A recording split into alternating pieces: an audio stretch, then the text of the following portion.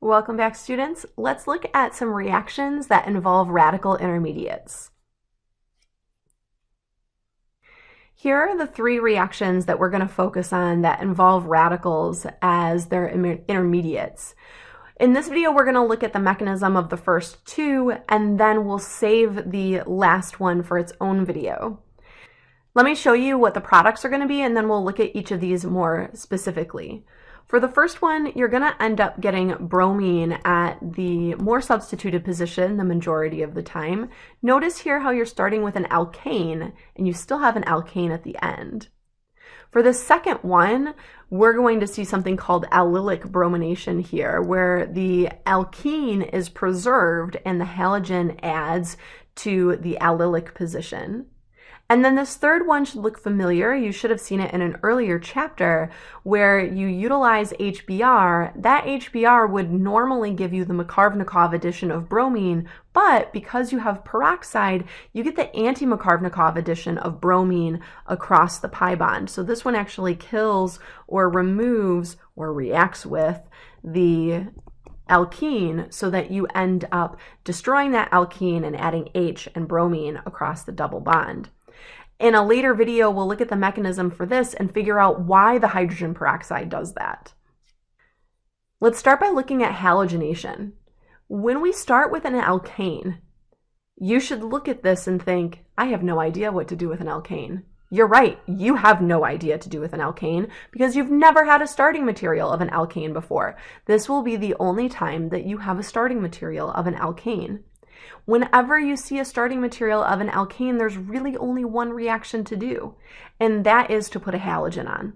Now, we're pretty specific about the halogens that we use. You're going to see chlorine and bromine. You're not going to see fluorine, and you're not going to see iodine. Fluorine is too reactive. Iodine has a positive delta G for the reaction, so you're not going to get a significant amount of products. So what you are going to get is your halogen adding to the more substituted position as your major product. But technically you can still get the halogen at the less substituted position as your minor product. If you are in my class for this particular reaction, I'm going to do something that I will never ask you to do again. Well, never is a strong word, but I'm not going to ask you to draw the minor product for these. I want you to focus on the major product for this particular reaction. Otherwise, you're going to end up confusing yourself in the future. So for this one, just worry about the major product. If you do end up forming a chiral center and in the product, you are going to get both enantiomers. And then for regiochemistry, that's where the bromine adds. The bromine is going to add to the more substituted position the majority of the time, and we're going to focus on that being our major product. We're really not going to consider too much the fact that there's a minor product. Let's look at the mechanism to see why we get this stereochemistry and this regiochemistry. The first thing that happens when we have a halogenation mechanism is the Br2 or Cl2, because those are your two options, is hit by light or heat. And when that occurs, the bond between the halogens breaks and you end up with the radical, right? So this is an initiation step. Once you have that radical, now the radical is going to do a hydrogen abstraction, which is a propagation step. So it's going to steal away a hydrogen. This one's going to get kind of messy. That's tolerable. And when it steals away that hydrogen to create, in this case, HBr, you've also generated a radical. Now look at why I abstracted that middle hydrogen. The reason for that is because of the stability of the radical that we formed. Because we abstracted the hydrogen that was secondary, you form a secondary radical, and secondary radicals are more stable than primary radicals. So that's the reason for the regiochemistry that we're experiencing, because where you add that radical is where the bromine ultimately adds. Remember, you still have bromine radical in your flask, And so what you're going to see is your bromine radical and your carbon radical are going to come together in a termination or a coupling step so that you end up getting the bromine here. So let's talk now about the stereochemistry. We said that if we had a chiral center form at the end, we would get both enantiomers. Let's discuss why. Again, it has to do with this middle radical intermediate step. At this step, you have something that resembles kind of like a carbocation. Right? It is something that is pretty darn close to being trigonal planar, which means that the bromine radical can either attack the carbon radical from the top or it can attack from the bottom, resulting in both enantiomers if you were to form a chiral center. So this thing in blue that we've boxed explains both the regiochemistry and the stereochemistry. Now let's look at allylic bromination. In allylic bromination, we're going to use a different compound as our radical generator. It's going to be called NBS. NBS stands for N-bromosuccinamide. You can see why we abbreviate it. It looks like this.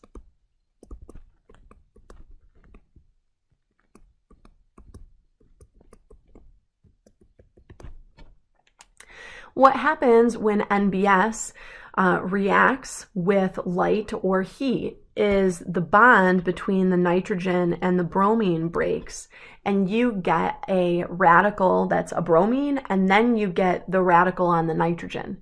Yes, there's already a lone pair on that nitrogen, but what you're going to find is when a radical already has lone pairs around it, we generally don't draw those lone pairs because then it takes too long for you to identify that it's a radical.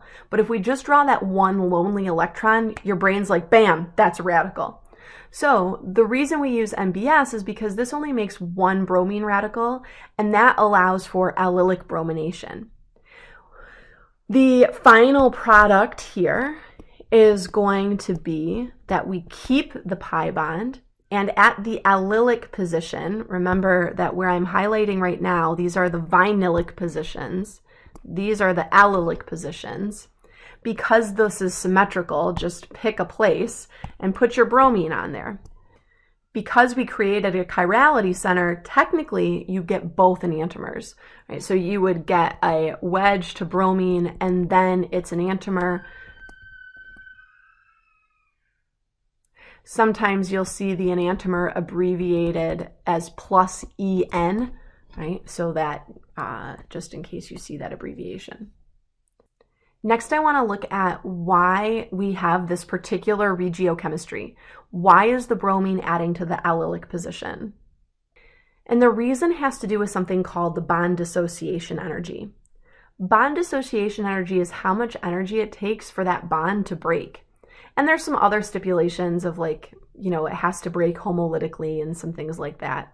But let's look at these 3 protons that are on our cyclohexene. Here is a vinylic proton for us to look at. The vinylic protons are the hydrogens that are attached to the sp2 hybridized carbon. Then we have an allylic proton. The allylic position is 1 carbon away from that sp2 hybridized carbon. And then we have this one, which is just plain and normal. It doesn't really have a special name. Now I want to draw your attention to the numbers that I've put next to each of these. These numbers are the bond dissociation energies. So how much energy it takes to remove that proton, break that carbon-hydrogen bond homolytically. And what you'll see is the proton that's in the allylic position, the one that's green, is going to have the smallest bond dissociation energy. That means that that bond is most easily broken out of all of the other carbon-hydrogen bonds that are present.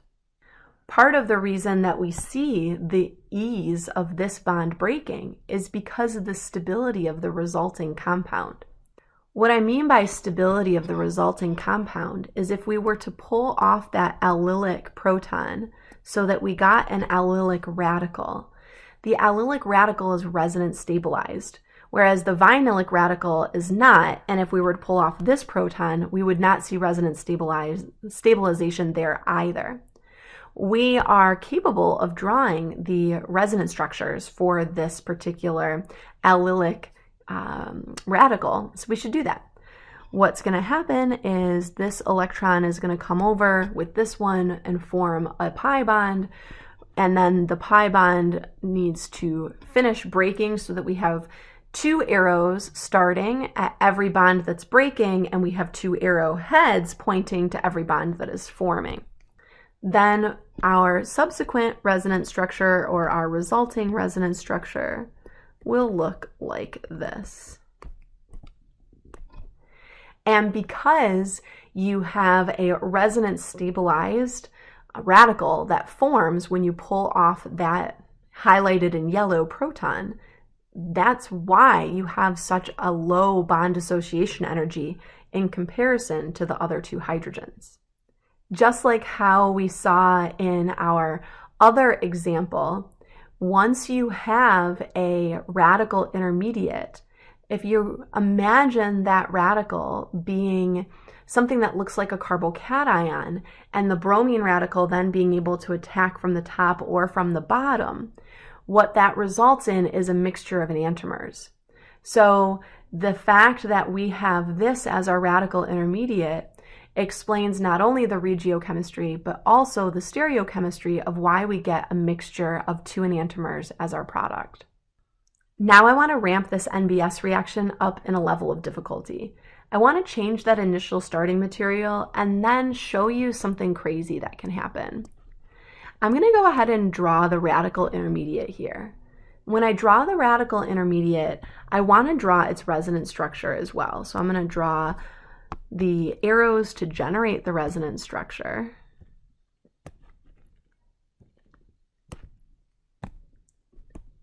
And then I'm going to draw the resulting resonance structure. So when I have these 2 resonance structures drawn, remember that neither of these actually exist. What really exists is a hybrid between the 2. What that means for us is essentially both of these are existing to an extent at the same time, where both this position and this position are reactive. Therefore, your bromine radical that's generated from the NBS can come in and react with this position, and your bromine radical could also come in and react at this position. So you can actually get 2 products or more depending upon the initial structure of the initial alkene that you're starting with and how the resonance forms play out. You know, if the 2 resonance forms are symmetrical to one another, then you don't have to worry. But in this case, these 2 resonance forms look quite different from each other. So we'll get allylic bromination at this position, a pair of enantiomers for that. And then we'll also get bromination at this position and a pair of enantiomers for that. That's quite a few products. So if you were in lab, you just take time to make sure that you planned out your reaction so you don't get a huge mixture of products, because you know how I feel about that. Let's go ahead and wrap up. In this reaction, we looked at halogenation. Remember, we said halogenation was only going to happen with chlorine and bromine because iodine does not have a negative delta G and fluorine is just too reactive. If you have a chiral center, that is going to take you to a product of potential enantiomers, and you get the more substituted alkyl halide forming as your major product. For allylic bromination, you used NBS to get the bromine to add to the allylic position. If you make a chiral center, you're going to expect enantiomers. You only get bromination at the allylic position, but it can get a little bit tricky because remember, once you have the allylic radical, there are resonance structures there that you need to be aware of because you might end up getting a mixture of products without even really realizing it. Thanks so much for watching. This is Katoni signing out.